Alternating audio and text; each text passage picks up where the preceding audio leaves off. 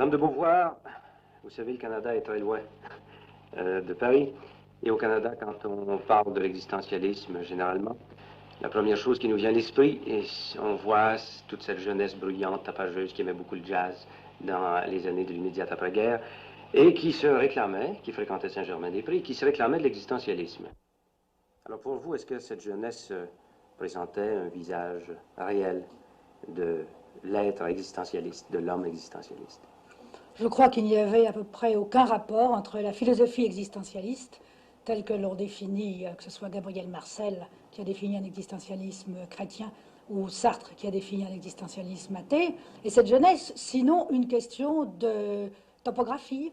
Je veux dire que Jean-Paul Sartre fréquentait les cafés de Saint-Germain-les-Prés pour y travailler, et il habitait d'ailleurs, il habite encore sur la place Saint-Germain-les-Prés, et toute cette jeunesse eh bien, danser dans des caves de Saint-Germain-les-Prés, je vois très peu d'autres rapports entre les deux espèces d'existentialisme. C'était tout à fait accidentel, quoi, qu'ils se soient rencontrés. C'est tout à fait accidentel. Ceci dit, nous avions, Sartre et moi, des amis plus jeunes que nous parmi cette jeunesse, tels que Gréco, Anne-Marie Casalis ou d'autres, mais enfin, les noms de muses de l'existentialisme qu'on a donnés justement à Gréco, Anne-Marie Casalis, ne signifiaient pas grand-chose.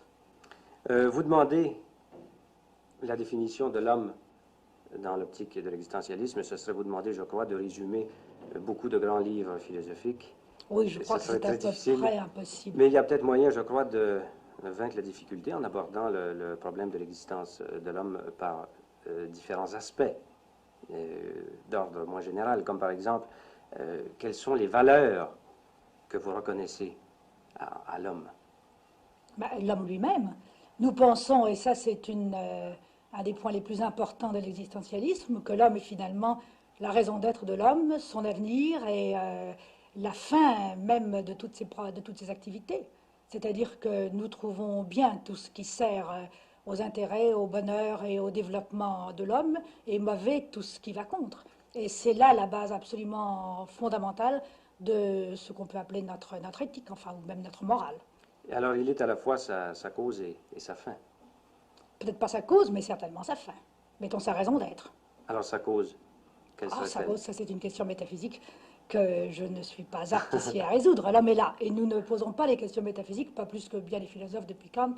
Ils ont décidé de ne pas la poser. Nous sommes là, et ce qui nous intéresse, c'est de savoir que faire de nous.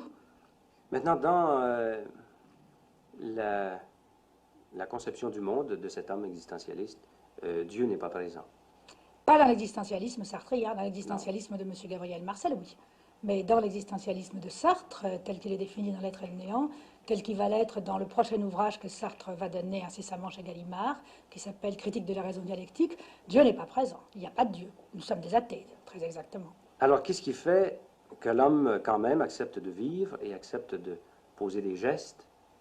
Qu'est-ce qui dirige ces gestes? Qu'est-ce qui dirige ces gestes? Le souci précisément des autres hommes, en grande partie, le souci aussi de son propre bonheur, les deux étant d'ailleurs liés d'une manière à peu près inextricable, parce que je crois que chacun est lié à tous et personne ne peut se réaliser sinon à travers, avec les autres. Et rien n'est fait de valable pour et par les autres, sinon à partir de quelque chose qu'on a également profondément ancré en soi-même. Les mots de bien et de mal, qu'est-ce qu'ils signifient pour vous? Je viens de vous dire que nous trouvons bien tout ce qui, d'une certaine façon, sert l'homme, sert d'abord ses besoins, son bonheur, sa liberté, le développement de sa vie, et nous trouvons mal tout ce qui entrave cela. Vous parlez beaucoup d'engagement et vous vous engagez vous-même. Politiquement, vous vous êtes engagé. Oui. Vous êtes engagé. Oui. Et je ne crois pas que vous vous désengagerez bientôt. Non, certainement pas. Vous-même, à certaines occasions, vous montez sur la tribune et vous... Très rarement. Mais enfin, c'est arrivé au moment du référendum, oui, parce que là, j'avais des opinions précises et que j'ai fait de mon mieux pour les communiquer.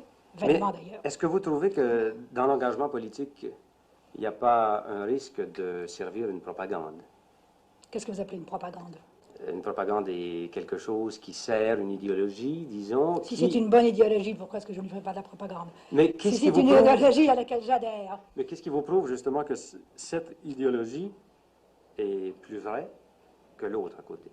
Il s'agit là d'un choix, et d'un choix qui est défini par tout l'ensemble précisément de ma conception du monde. Alors il y a toute une conception du monde qui est mûrie, réfléchie, élaborée, soutenue à la fois par l'expérience, par des lectures, par des réflexions, et qui m'amène à choisir une idéologie plutôt qu'une autre. À ce moment-là, je trouve qu'il est bon de s'engager et de défendre enfin, ses idées, banalement. Au point de vue idéologie politique, quelle est votre situation actuellement? Il y a un fait qui domine toute la politique française, c'est la guerre d'Algérie. Et je suis résolument contre la guerre d'Algérie et pour l'indépendance des Algériens. Et ça, c'est un engagement profond et fondamental et qui rejoint tous mes engagements par rapport, disons en gros, à l'oppression. Je suis contre l'oppression sous toutes ses formes, et particulièrement sous cette forme d'ailleurs complètement périmée, même d'un point de vue tout simplement réaliste, qui est le colonialisme. Est-ce que vous croyez qu'actuellement, il y a une idéologie politique ou une politique en action qui est appliquée actuellement qui mérite justement l'engagement total? À l'heure qu'il est en France, l'engagement que nous pouvons avoir est un engagement d'opposition, puisque précisément ce qui a triomphé, ce sont des idées, et quand je dis nous, je pense à tout le groupe ensemble auquel je me rallie, dont je fais partie, qui représente notre revue L'État moderne, puisque nous sommes contre le régime qui existe en ce moment et contre sa politique. Notre politique est d'abord une politique d'opposition. Parce que vous le concevez comme étant un régime d'oppression. Oui, bien sûr, comme était déjà d'ailleurs le régime précédent. Seulement celui-ci avec quelque chose de plus net dans le... Enfin, c'est plus systématiquement autoritaire, disons, et encore plus antidémocratique que la fausse démocratie que nous avions auparavant. Si vous viviez en Russie actuellement, est-ce que vous vous sentiriez obligé également de protester contre certaines oppressions? Je ne sais pas du tout ce qui m'arriverait si je vivais en Russie. C'est tellement difficile de se mettre à la place des autres. Je ne sais pas quelle est la mesure en Russie de l'oppression ou non. En tout cas, je penserais, s'il y avait lieu, oui, que mon devoir d'intellectuel est toujours de contester tout ce que je trouve, qui opprime l'homme, certainement. Et cette situation de quelqu'un qui proteste, qui tient à toujours protester contre l'oppression, quand il voit l'oppression quelque part, qu'il proteste, est-ce que vous croyez qu'un jour, ça sera éliminé? C'est-à-dire, est-ce que vous croyez qu'un jour, il y aura moyen de trouver un système social qui remplira toutes les conditions? Ça, nous voguons en plein dans les utopies. On ne peut absolument pas donner de réponse précise à cela. Je pense que pour que ça soit même envisagé, une abolition radicale de l'oppression, il faudrait d'abord que la planète change quant aux ressources qu'elle offre aux hommes, parce que, comme vous le savez, le grand malheur qu'il y a aujourd'hui et depuis la naissance de l'humanité, du moins depuis qu'on la connaît, c'est la rareté, c'est qu'il n'y a pas assez à manger pour tout le monde, tout bêtement, c'est qu'il y a des millions d'hommes qui meurent de faim, encore en Chine, malgré l'effort de la Chine, et énormément encore aux Indes et dans toute l'Asie. Tant qu'il n'y aura pas assez à manger pour tout le monde, forcément, il y aura un état de lutte des hommes entre eux et il y aura forcément un état d'oppression. Alors, si vous me demandez si un jour il y aura l'abondance, je suis absolument incapable de vous répondre. Ça dépend des progrès aussi bien du développement de l'énergie atomique que du rythme de la repopulation par rapport à la production. Enfin, 1000 questions qui nous entraînent dans de la science-fiction à ce moment-là. Dans Les Mandarins, Madame de Beauvoir, il y a une scène, je crois, très importante du roman, alors que Dubreuil et l'autre, qui s'appelle, j'ai oublié son nom, Perron, luttent, justement, sont engagés dans le sens d'une certaine idéologie politique. Ils se rendent compte un jour que dans le pays qui représente en quelque sorte le symbole enfin, qui applique cette idéologie, des choses se passent qui ne devraient pas se passer, d'après eux, comme l'existence des camps de concentration. Et à ce moment-là, il y en a un qui veut le dire aux lecteurs, à ses lecteurs, et l'autre qui ne le veut pas. Est-ce que vous croyez qu'il était juste de ne pas en avertir le public? Je n'ai pas exactement pris parti, parce que, comme je vous l'ai dit tout à l'heure, nous pensons que la morale n'est pas une affaire de principes et de valeurs éternelles, mais d'abord, avant tout, une question concrète d'efficacité, c'est-à-dire qu'il s'agit toujours de servir le bien, le bonheur, la liberté des hommes. Alors, le vrai problème, c'était de savoir quelle était l'efficacité d'une telle révélation. Pouvait-elle servir à diminuer, par exemple, l'importance de ces camps? Pouvait-elle accélérer leur liquidation? Ça, c'est un point de vue. Mais d'autre part, est-ce qu'on ne risquait pas, en les révélant, de décourager alors toute une classe de la population française qui prenait appui quand même sur l'URSS et sur le Parti communiste pour lutter contre l'oppression?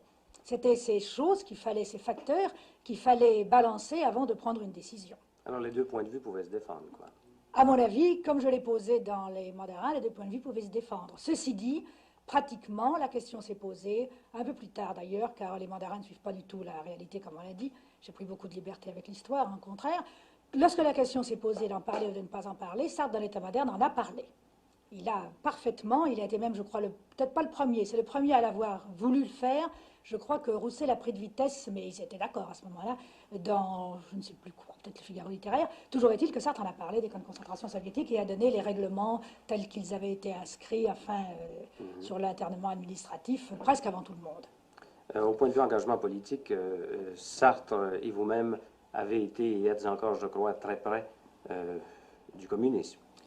Nous sommes souvent près du communisme, souvent aussi assez loin.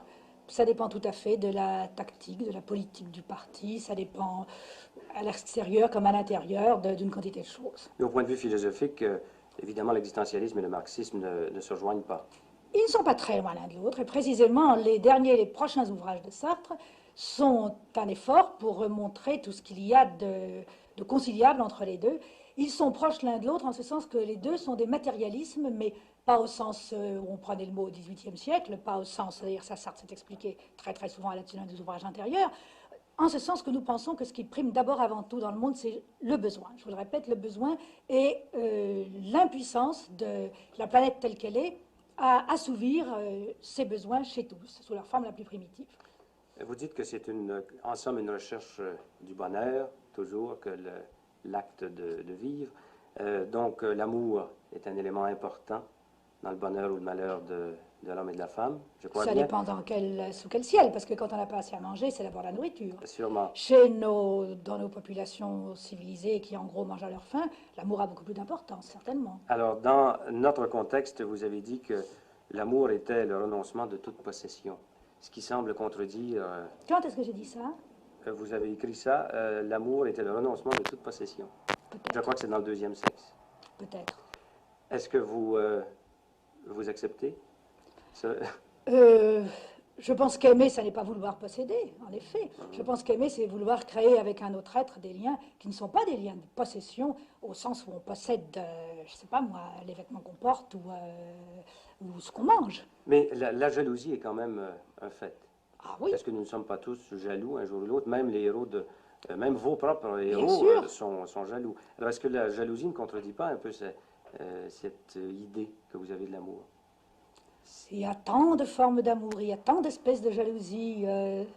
Il y a des jalousies qui sont mesquines, il y a des jalousies qui sont très hautes, il y a toute espèce de jalousie. Il y en a qui sont possessives, il y en a qui sont encore tout à fait autre chose. Il y en a aussi souvent qui sont simplement des compensations parce qu'on sent plus ou moins qu'on est en train de rater quelque chose dans son existence. Alors à ce moment-là, on reporte tout sur l'amour et sur l'être aimé. En principe, je ne pense pas que la jalousie, dès qu'elle prend une forme un peu violente et donc morbide, soit un sentiment qui enrichisse beaucoup. Ceci dit, il y a une liaison très nette, en effet, de la jalousie à l'amour. Et quand on veut créer un rapport singulier, exceptionnel, personnel avec un être, ce rapport se trouve nié si évidemment cet être se lie avec quelqu'un d'autre. Je ne suis pas contre la jalousie a priori, mais je ne pense pas que ce soit la forme la plus vraie et la plus haute de l'amour. Vous ne croyez pas en l'existence d'une nature féminine? Vous avez dit que tout être est d'abord humain avant d'être homme ou femme. Je ne crois pas d'une manière générale en l'existence d'une nature humaine. Je crois que l'homme dépend des conditions, de toute espèce de conditions, à la fois physiologiques bien entendu, et à la fois de lieux, de temps, de civilisation, de technique, etc., etc. Et vous vous révoltez dans le deuxième sexe contre la condition féminine actuelle? Je ne me révolte pas exactement. Je pense que... Oui, ce n'est même pas exactement une protestation, j'essaie surtout de la décrire. Parce que je pense qu'il est bon toujours de prendre conscience de ce qui est. Ceci dit, la protestation, ce serait une chose bien vaine, puisque ça n'est pas ni l'affaire des hommes ni celle des femmes, à l'heure qu'il est, de pouvoir en un coup de baguette magique la transformer. Ça aussi, la question de la femme est liée à toute la question du travail, de la main-d'œuvre et du chômage, par conséquent aussi des besoins, de la rareté, de la richesse, etc. Alors vous ne tenez pas seulement les hommes responsables de la condition actuelle de la femme? Ni les hommes ni les femmes, ni personne en particulier, mais plutôt tout l'ensemble du monde tel qu'il est. Parce que les femmes seraient amenées à travailler, ce qui est pour moi la véritable libération, s'il y avait du travail pour tout le monde, et il y aurait du travail pour tout le monde, si, encore une fois, il y avait moins de rareté, s'il y avait plus d'abondance. Quand Béatrix Beck dit que soit que les hommes aient du génie et que les femmes aient des enfants, quelle est votre réaction? À vous qui J'aime avez choisi de beaucoup ne pas avoir Béatrice d'enfant. Beck, mais je ne vois pas pourquoi tous les hommes auraient du génie. Si c'était ça, alors presque toute l'humanité serait damnée. Alors Parce vous- que d'ailleurs, le mot de génie est un mot si vague, je comprends si mal ce qu'il veut dire. Et d'autre part, que les femmes aient des enfants, il y a des moments où c'est important, mais réduire la femme à avoir des enfants, il n'y a guère que l'hitlérisme et le fascisme italien qui ont fait cela. En général, on admet que la femme est un être humain qui peut faire autre chose aussi que d'avoir des enfants. D'ailleurs, Béatrice Beck elle-même fait bien autre chose, puisqu'elle écrit, puisqu'elle fait des enquêtes du journalisme, et puisqu'elle est précisément une femme, au contraire, qui se suffit à elle-même, qui a élevé elle-même sa fille, etc. Croyez-vous justement qu'une femme peut s'engager aussi intensément qu'un homme dans une œuvre de création artistique ou idéologique? Évidemment, Certainement. vous êtes peut-être l'exception qui confirme la règle, mais est-ce que vous croyez que d'une façon générale, c'est aussi facile pour une femme? C'est-à-dire c'est aussi possible? Cela dépend. Je pense que si une femme a vraiment enfin appelons ça une vocation, si vraiment elle a un désir d'écrire ou de sculpter, comme Germaine Richier qui vient de mourir, ou de peindre, elle le fera aussi bien qu'un homme. Le portrait que vous avez tracé de la condition féminine, évidemment, n'est pas tellement brillant, n'est pas tellement rose pour la femme. Non, Est-ce que vous-même, vous avez souffert d'être femme? non, jamais. C'est ce que j'explique dans mes mémoires.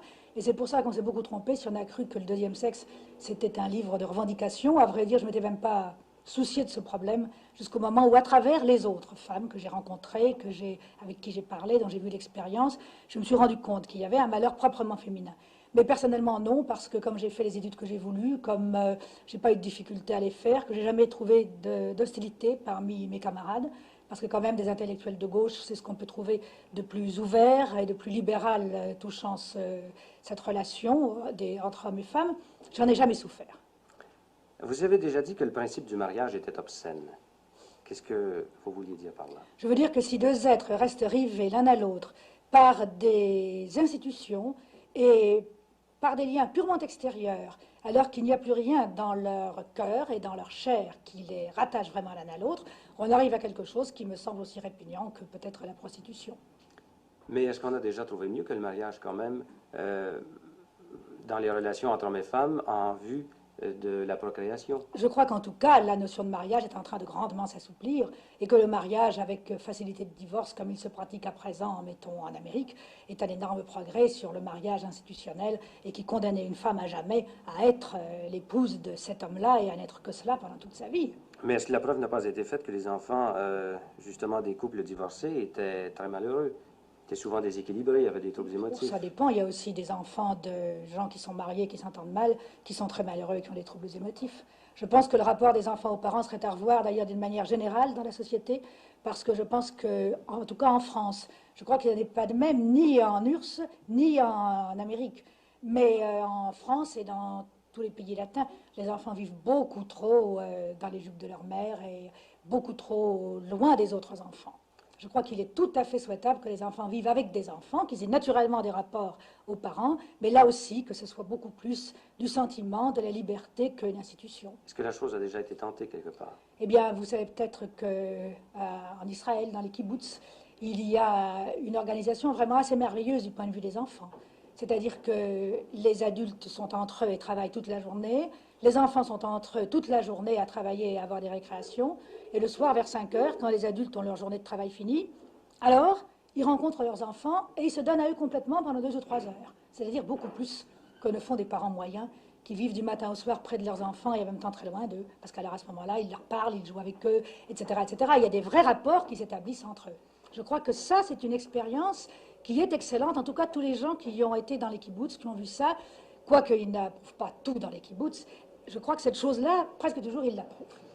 Dans les mémoires, dans vos mémoires, premier tome, Oui. qui s'appelle Les mémoires d'une jeune fille rangée, non sans humour d'ailleurs, je crois, le titre. Bon, un peu d'humour. Vous savez que le titre est emprunté en fait à un livre charmant de Tristan Bernard qui s'appelait Les mémoires d'un jeune homme rangé, qui est un roman. Alors je l'ai repris et transposé, en effet, pour indiquer le sens du livre. Dans ce livre, vous dites que vous avez décidé très tôt le célibat et très tôt de ne pas avoir d'enfants. Non. Quelles sont les circonstances qui ont... Non, je ne dis pas cela. Non, non, c'est que vous n'avez pas tout à fait bien lu, ou que vous avez lu des critiques qui ne m'avaient pas très bien lu, puisqu'au contraire, quand j'avais 17 ou 18 ans, j'étais amoureuse d'un cousin assez lointain, et je pensais l'épouser, et comme c'était un cousin très bourgeois, il était bien évident que notre mariage se ferait d'une manière très familiale, et je pensais au contraire avoir des enfants, une famille, etc. Ah, oui. Et c'est plus tard, lorsque ma vocation, ce que je peux appeler ma vocation intellectuelle, s'est précisée, qu'alors, je n'ai plus vu la nécessité ni du mariage. Je n'ai pas vu la nécessité du mariage parce que je ne voyais pas la nécessité pour moi d'avoir des enfants. C'est plutôt ça. Mais pourtant, vous avez eu une éducation, comme vous le dites, je crois, très bourgeoise. C'est pas une raison pour aimer la bourgeoisie. Mais vous ne semblez pas vous être avoir eu des mouvements de révolte quand même. Non. Quand vous... Je crois que ça a été plus profond. Je ne me suis pas révoltée au jour le jour, mais j'ai gardé un très grand dégoût par la suite des institutions bourgeoises. Mais à quel moment avez-vous pris conscience de ce dégoût, justement? Oh, c'est venu petit à petit. Ça a commencé très lentement, c'est pour ça que je crois que c'est profond, c'est venu en profondeur. Ça a commencé par une espèce de malaise. Je trouvais qu'il y avait une incohérence entre ce que les gens disaient et ce qu'ils faisaient. Je trouvais qu'il y avait une énorme bêtise dans leur manière de vivre, qu'ils ne savaient pas vivre. Ça, j'ai commencé à penser ça vers 12-13 ans, que les choses qui se font, il n'y avait pas de raison pour les faire, qu'on pouvait très bien faire qui ne se font pas. Petit à petit, sans révolte, il y a une espèce de bêtise qui m'a sauté aux yeux. Puis j'ai voulu m'en dégager. Et puis j'ai travaillé pour m'en dégager. Et puis une fois que j'ai été étudiante et que j'ai commencé à pouvoir faire une espèce de plan de ma vie, eh bien, j'ai essayé de m'écarter le plus possible de cette espèce de schéma tout fait, tout bâti. Je voulais inventer ma vie. Je pensais qu'on pouvait inventer et qu'on s'en tirerait beaucoup mieux qu'en répétant des routines éprouvées, mais justement très mal éprouvées. Maintenant, de quelle façon le problème de Dieu s'est-il posé à vous? Parce que vous dites qu'à l'âge de 15 ans, il y a eu une crise qui a, une fois pour toutes, décidé... Là non plus, ce n'est pas tout à fait exact. Ce n'est pas une crise, c'est plutôt une espèce de prise de conscience. Je me suis aperçue un beau jour, à 14 ans, à 13 ans, je ne saurais pas vous dire la date exacte, je me suis aperçue un beau jour que je ne croyais plus, que c'était fini. J'avais cru d'une manière très très ardente quand j'étais toute petite. Je croyais aux anges, au petit Jésus, etc. Puis après, j'ai moins cru tout de même à toute cette mythologie plus extérieure, mais enfin, j'ai cru vraiment à Dieu. Mais petit à petit, j'ai épuré Dieu tellement qu'il n'avait plus aucun rapport avec ce monde, parce que Dieu ne pouvait pas être bête comme toutes les personnes pieuses que je voyais, ou comme les prêtres à qui je parlais. Il était différent, il ne pouvait pas non plus s'intéresser à des vétilles. Il a fini par ne plus répondre à rien ni à personne. Et à ce moment-là, je me suis aperçue que bon, il n'existait plus pour moi, finalement. Il s'était évaporé. Et est-ce que, comme vous dites, c'était évaporé, mais est-ce que vous avez remis le problème en question plus tard? Plus tard, j'ai fait de la philosophie et tout ce que j'ai appris m'a, je ne pourrais même pas dire confirmé, mais tout ce que j'ai appris continue à être dans la ligne que la question, en somme toute, ne se posait pas. Si vous voulez, par exemple, j'ai lu Kant quand j'avais 18 ans et j'ai tout de suite pensé avec Kant qu'il fallait en effet refuser la métaphysique proprement dite ou l'ontologie et se poser le problème à partir du fait que nous existons sur Terre sans chercher à percer par-delà la chaîne des causes et des effets. Mais si je comprends bien, votre athéisme est d'abord venu par intuition chez vous. Si vous voulez, je me suis aperçu que j'avais aucune raison de croire, et que les gens qui étaient autour de moi croyaient sans avoir des raisons non plus.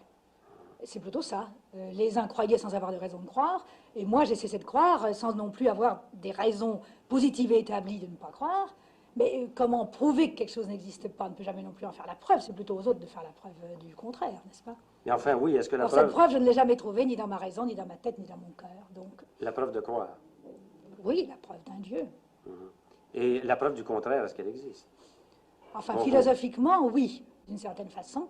Parce que, par exemple, dans l'être et le néant, Sartre, à mon avis, montre très bien que cette espèce de synthèse qu'on appelle Dieu, qui serait à la fois, enfin là nous allons entrer dans de la philosophie, pour soi en soi, est irréalisable et même réellement impensable. Enfin, ceci dit, un croyant pourra toujours dire que précisément on croit parce que c'est absurde et parce qu'on ne comprend rien. Mais alors à ce moment-là, ça me semble un recours un peu désespéré. Mais d'une façon générale, qu'est-ce que vous pensez des croyants? Oh, je ne pense rien de façon générale. J'ai des opinions très particulières sur les uns et les autres, car ils sont aussi divers que les non-croyants. Il y a des prêtres progressistes avec qui je m'entends parfaitement, et il y a au contraire des athées, mettons qui sont précisément pour l'oppression, et avec qui je ne m'entends pas du tout. Et il y a des croyants qui simplement font de la religion au contraire, alors à ce moment-là, une justification, mettons, du capitalisme ou du colonialisme, avec qui je ne m'entends pas. Enfin, ça dépend. Vous savez que l'Église est très, très, très divisée. En particulier, même à l'intérieur de l'Église de France, il y a d'énormes différences. Vous avez des prêtres qui se battent avec le FLN, et vous en avez qui sont au contraire complètement pour les gros colons algériens. Est-ce que ça ne prouve pas que dans le christianisme, il y a là aussi une liberté comme dans votre monde existentialiste? Si, je crois tout à fait. Je crois que finalement, Dieu, c'est une espèce d'alibi qui n'en est pas un, et que des quantités de gens, d'ailleurs, des quantités de croyants me l'ont dit, je ne dirais même pas avoué, qu'on est aussi perdu dans un monde où il y a un Dieu, si vraiment on prend à cœur de savoir où est le bien et le mal, et quelles sont ses volontés, que dans un monde où il n'y en a pas. Parce que de toute façon, qui va interpréter la volonté de Dieu, qui va interpréter la manière dont la transcendance se traduit dans notre monde ici-bas, c'est chacun dans sa propre conscience. Et à ce moment-là, chaque conscience se retrouve aussi solitaire que la mienne qui ne croit pas en Dieu. À moins de croire en la révélation. Ce que vous ne Ah, mais croyez même pas. si on croit en la révélation, même si on croit à la révélation, savoir si ce Dieu révélé, il souhaite qu'on continue à, je ne sais pas moi, à opprimer des Algériens et à faire mourir des gens de faim, et si c'est très bien, ou au contraire s'il trouve que c'est très mal, c'est à chacun de décider. Finalement, chacun interprète Dieu selon ses propres tendances. Vous avez déjà publié un premier tome de vos mémoires. Vous travaillez actuellement au deuxième, je crois. Oui, je travaille à une suite qui ne sera certainement pas de la même veine que le premier volume, mais enfin qui lui ressemblera quand même, du moins jusqu'à une certaine date. Jusqu'à la fin de la guerre, ce sera un récit qui suivra à peu près fidèlement les circonstances de ma vie. Je dis à peu près fidèlement parce que dans la première partie qui a été publiée, il s'agissait de mon enfance et de ma jeunesse, et je pouvais vraiment dire tout sur moi.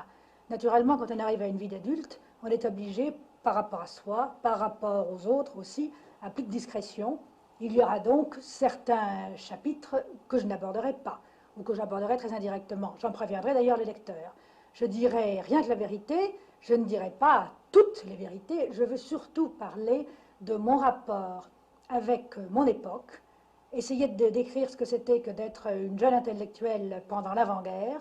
Ensuite, la secousse que ça a été pour les intellectuels de mon bord, pour les autres aussi d'ailleurs, mais enfin, je le prends sous l'angle que je connais, que la guerre, que l'occupation, c'est toute cette évolution qui est à la fois d'ailleurs, on pourrait presque dire sentimentale autant qu'idéologique, que je veux retracer. Disons plutôt cette évolution vécue, globale, totale, en relation avec mon évolution d'écrivain, avec la manière dont j'ai commencé à écrire certaines choses, certaines autres, mes échecs, ce que je peux appeler mes réussites, enfin à la mesure où, par exemple, mes livres ont été édités, enfin, sans naturellement porter de jugement de valeur là-dessus. C'est tout ça que je voudrais raconter, ma formation comme être humain et comme écrivain au cours de l'avant-guerre et de la guerre. Pour l'instant, c'est à cela que je travaille.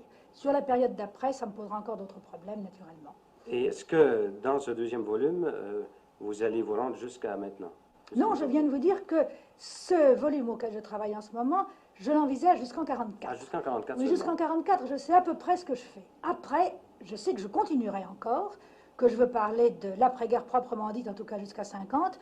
Ensuite, ça, je ne sais pas du tout. Je ne sais pas dans quelle mesure je ferai alors une mise au point sur ce que je suis aujourd'hui. Ça, ce ne sont plus des mémoires à ce moment-là, n'est-ce pas? Peut-être qu'il peut être intéressant et que je peux trouver un moyen de faire un certain bilan de la manière dont je pense ma vie. Mais enfin, ça, c'est à élaborer, c'est pour beaucoup plus tard. Car ça va être un très long ouvrage, enfin long, quant au travail que ça va me demander. En somme, voilà déjà 1 an que je travaille dessus, depuis que j'ai fini le premier volume, et je compte au moins encore 3 ans. De quelle façon travaillez-vous à vos mémoires? Est-ce que vous écrivez vite? Est-ce que vous écrivez lentement? Est-ce que vous réécrivez souvent? Je réécris très souvent. Ça dépend des ouvrages. J'écris beaucoup plus vite les essais et surtout les reportages que je n'écris les romans ou un ouvrage comme ces mémoires que je voudrais vraiment très exact et auquel je veux apporter beaucoup de soins. Là alors, puisque vous me demandez sur les mémoires, je vous dirais qu'en gros, j'ai fait d'abord une espèce de, je ne peux même pas dire une première version, une espèce de brouillon écrit au galop, où j'ai jeté pêle-mêle un peu tout ce que je me rappelais, une espèce d'exploration de ma mémoire proprement dite. Et puis alors j'ai repris cela ensuite, année par année, en m'aidant de ce que je pouvais avoir de documents, j'en ai malheureusement très peu, des journaux dans la mesure où j'en avais, des lettres dans la mesure où j'en ai, et aussi alors des documents objectifs, c'est-à-dire regarder les journaux de l'époque, alors les journaux, je veux dire la presse de l'époque, etc., pour essayer de revivre enfin mon époque. Parce que, comme je vous disais tout à l'heure, que je pense qu'il n'y a pas de nature humaine et que chacun est lié à tout ce qui l'entoure, si je veux parler de moi, je suis obligé de parler de la France entre 1929 et 1939, par exemple. C'est dans ce sens-là que vous entendez l'engagement, d'ailleurs. C'est que nécessairement, tout est conditionné, chaque être humain est conditionné par tout ce qui l'entoure. Si vous voulez, c'est qu'en un certain sens, il est impossible d'écrire sur quoi que ce soit sans qu'au moins à l'horizon se profile tout l'ensemble du monde dans lequel on vit. Alors vous ne croyez pas en l'art pour l'art, évidemment. Je ne sais pas s'il y a beaucoup de gens aujourd'hui qui croient même que ces mots aient un sens. Vous croyez que c'est impossible, d'ailleurs? Je ne sais pas très bien ce que ça signifie.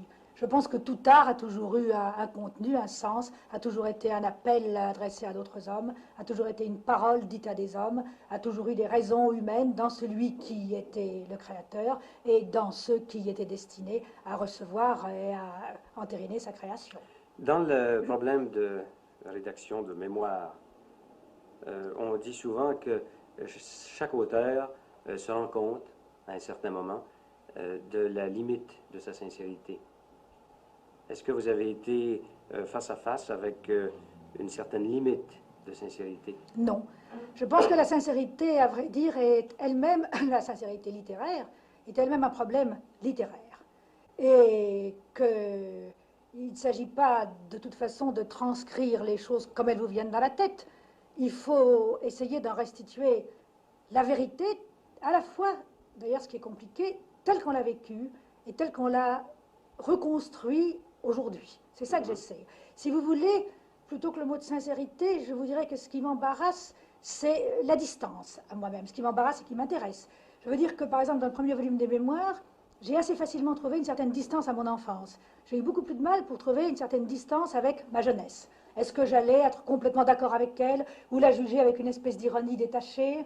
Trop d'ironie, ce n'est pas bien, parce qu'après tout, pourquoi est-ce que je me moquerais de la jeune fille que j'ai été, même si j'ai été stupide? Il n'y a pas lieu. Il n'y a pas à prendre des supériorités, c'est pas parce qu'on est plus âgé sur ce qu'on a été quand on était jeune. Trop de complaisance, c'est également ridicule, parce qu'il n'y a pas à penser que tout ce qui vous est venu dans la tête était important et avait de la valeur. Donc il faut trouver une distance, qui soit à la fois de la sympathie et tout de même de la critique. Enfin, j'ai essayé, naturellement, on réussit ou on ne réussit pas, on réussit plus ou moins. Il faut faire un certain choix aussi, j'imagine. Ah, naturellement, parce qu'il ne faut pas mettre un fatras qui ne signifie rien. Il faut donner ce qui est significatif, et de soi, et du monde autour de soi. Est-ce qu'il est possible de rédiger ces mémoires sans tricher un peu? Qu'est-ce que vous voulez dire par tricher? Ce choix, justement.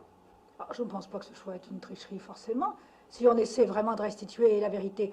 Si je ne raconte pas quel repas j'ai fait le 4 décembre 1931, je ne pense pas que je triche, même s'il se trouve que dans une lettre à des amis, je l'ai raconté. Ce n'est pas une tricherie, parce que ça n'a aucun intérêt pour le lecteur.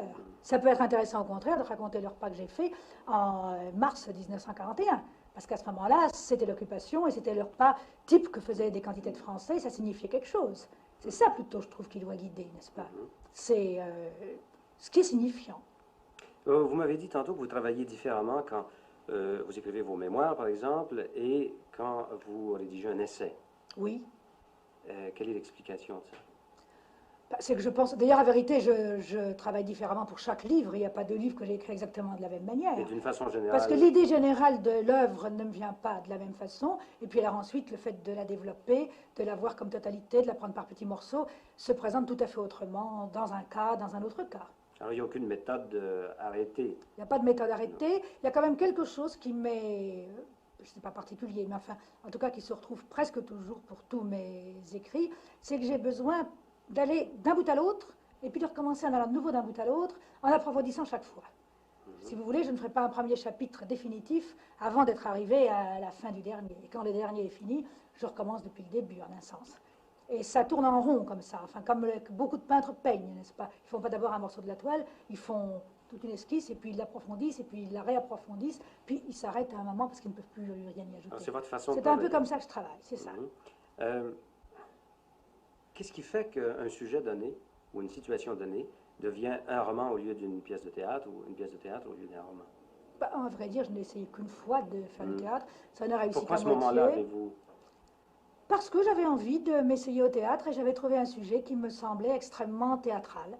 Et puis, j'ai fait une pièce qui s'appelait Les Bouches Inutiles et je me suis aperçue que ça répondait beaucoup moins à ma manière de sentir les gens, leurs problèmes, que le roman. Et finalement, je n'ai pas recommencé, pas exactement par principe, parce que quand j'ai voulu raconter des cas, décrire des vies, enfin, j'étais bien plus à mon aise pour les raconter sous forme romanesque.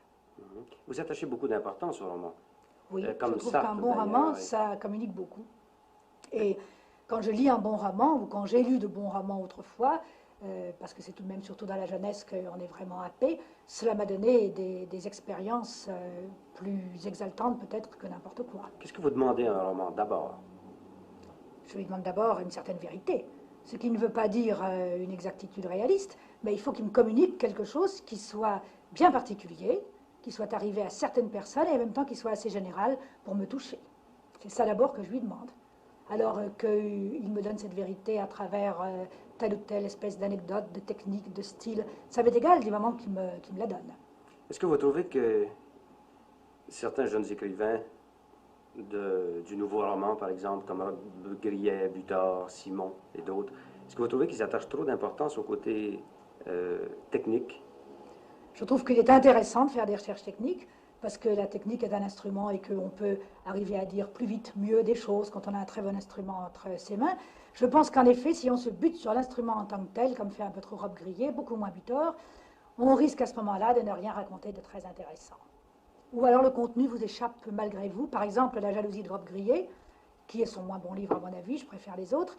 Je trouve qu'il ne s'est pas rendu compte que, en croyant décrire simplement des plans, des surfaces, des mouvements et des objets, et faire ce qu'il appelle de l'objectal, qu'en vérité, il donnait une conception absolument bourgeoise, très marquée, de ce que c'est que l'amour possessif, justement, et la jalousie, chez un propriétaire terrien, un colon même d'ailleurs, d'aujourd'hui.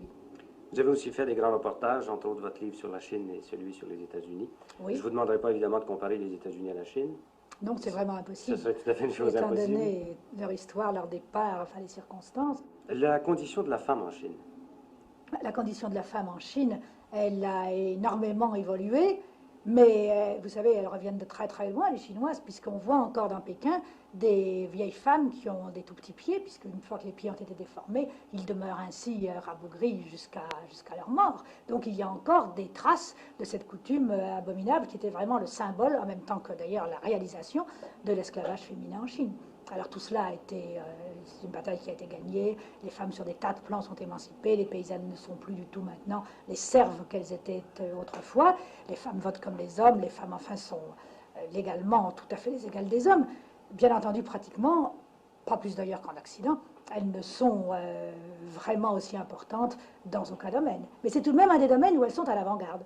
Les jeunes étudiantes chinoises, par exemple, sont vraiment, vraiment sans aucun complexe par rapport aux étudiants chinois, qui de leur côté n'ont aucun complexe de masculinité, si je peux dire. Ils ne se sentent absolument pas supérieurs en tant que mâles à leurs camarades femmes. Alors, ils correspondent à un souhait que vous faites dans le deuxième sexe? Oui, d'une certaine façon, oui, certainement. Plus que les Américains? C'est-à-dire, je ne voudrais pas que vous me fassiez dire ce que je ne dis pas. Dans les couches de la population les plus vastes, c'est-à-dire chez les paysans, il y a malgré tout encore des quantités de survivance, parce qu'on ne défait pas et on ne refait pas une civilisation en 10 ans. Et je crois que les femmes sont encore, malgré tout, traitées pas du tout à égalité avec les hommes, pratiquement, malgré la loi, parce que vous savez que d'ici qu'une loi se trouve réellement incarnée, il n'y a qu'à voir même nos sociétés à nous, c'est bien différent. Mais au contraire, alors, dans ce qu'on peut appeler l'élite, enfin, chez les jeunes intellectuels, il y a vraiment une égalité profonde qui est réalisée, ça certainement. Et une amitié des deux sexes. Et aux États-Unis, quelle a été la chose qui vous a le plus frappé quand vous êtes arrivé là-bas? De ce point de vue-là, du point de vue de la condition des femmes, c'est qu'elles étaient infiniment moins émancipées que je ne pensais. C'est que je trouve qu'en réalité, leur émancipation est une chose extrêmement extérieure. D'ailleurs, ça, j'ai parlé de cela avec plusieurs Américaines libérales et très intelligentes qui sont de mon avis. Il y en a une en particulier que je voyais récemment qui s'appelle Eve Merian, je crois, qui écrit dans la Nation, et qui me disait, qui a d'ailleurs écrit des articles très intéressants là-dessus, sur le mythe de la môme, en montrant qu'en vérité, la femme américaine, comme dans tous les pays, eh bien, elle est dépendante de l'homme, dans la mesure où économiquement, c'est l'homme qui a l'argent. Et qu'on a beau dire que c'est la femme qui décide si on ira cette année-là dans la Côte d'Azur ou dans un petit village du Texas où on a des parents, c'est finalement le porte-monnaie de l'homme qui en décide. Et ça, je crois qu'elle a parfaitement raison. Et c'est tout à fait ce qui m'a frappé, moi, quand j'ai vu les Américaines. Et pour le reste, pour ce qui est de se faire une situation, de vouloir arriver par soi, je trouve qu'il n'y a plus d'ambition valable chez les jeunes européennes, en France, en Angleterre, en Allemagne, dans les pays du Nord aussi, que je n'en ai rencontré chez les Américaines, pour qui vraiment l'idée était d'avant tout d'attraper un mari. Est-ce que vous croyez que la paix est possible dans l'état actuel du monde? Peut-être, dans la mesure où la guerre devient impossible. C'est le seul espoir que j'ai, c'est et que d'ailleurs beaucoup de gens partagent. La guerre devient tellement impossible et signifierait tel ravage, et tout le monde le sait tellement, que peut-être qu'enfin la paix va régner, avec des petites guerres locales, peut-être ici ou là, mais alors des petites guerres très très localisées où on ne pourra pas employer les grandes armes destructives. Madame de Beauvoir, c'est sur ce soin que je vous remercie.